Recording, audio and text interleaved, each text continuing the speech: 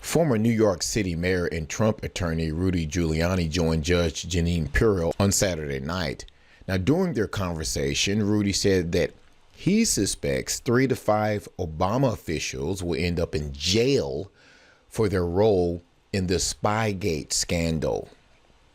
Could this be, if this happens, part of the Mark Taylor prophecies? I, as a lawyer, I always interpret the word treason not colloquially, but legally. And you know the very specific criteria for treason, so I don't think it's actually implicated in the situation we have now. So, Rudy, I am jumping now to the counter investigation, I'll call it. And CBS interviewed Barr, and Barr has already stated that he doesn't believe that these guys committed treason. And he talks about the fact that sometimes they look at evidence through a biased prisms and they don't themselves realize that they're biased.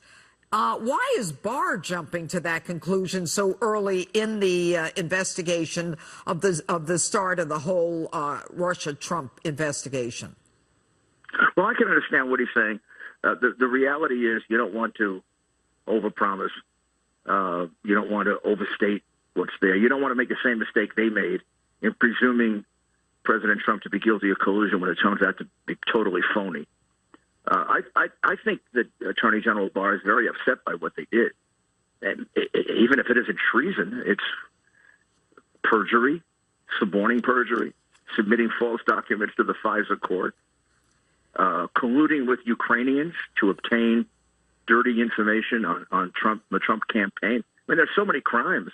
Well, we don't need treason. Yeah, but it's interesting I don't that think he they're going to get away with it. I think 3 or 4 or 5 of them are going to get indicted. I can't imagine how they walk away from it. How do you walk away from an affidavit about a Steele dossier in which you say it's verified and Steele is reliable? When it's not. When you have to know that he isn't.